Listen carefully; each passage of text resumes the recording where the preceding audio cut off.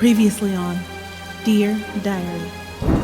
I'm Mystery, and I was sitting here for your unveiling.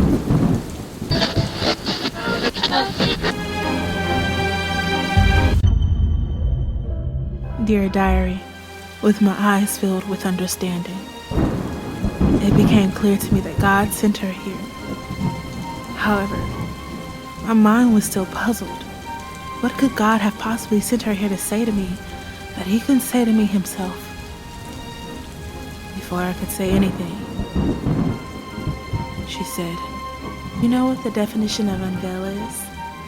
She was looking at me as if she wanted me to answer.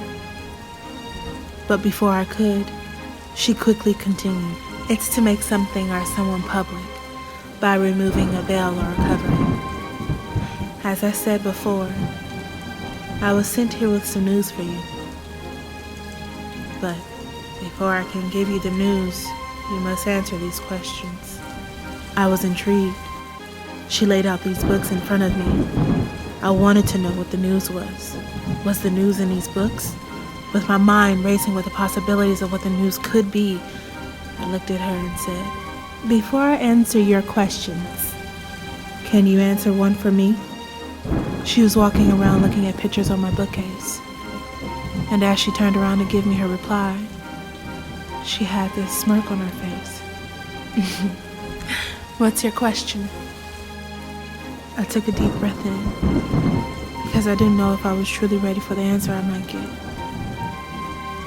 I asked her if she was sent here by God, and without hesitation, she responded, "Yes."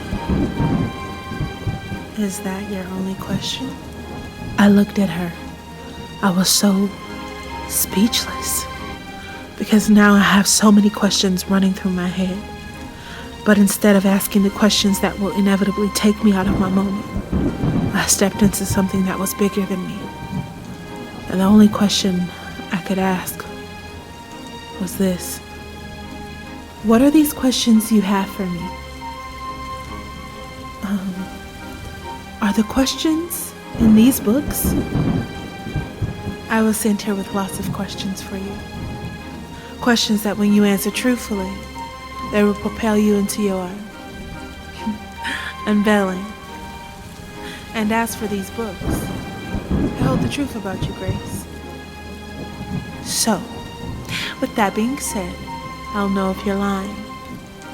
You're going to be given one question at a time. Are you ready for your first question? I was standing there, trying to process everything she had just said to me. But while I was still processing, she looked at me and said, "I get it. But this is all up to you.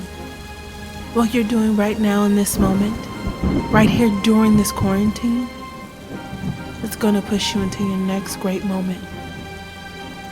Look at it this way. You're in the house anyway.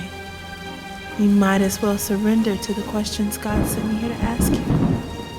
As I stared at her, I knew she was right. So without hesitation, I said to her, "Yes, I'm ready for the questions that God sent you here to ask me. I'm ready for the first question."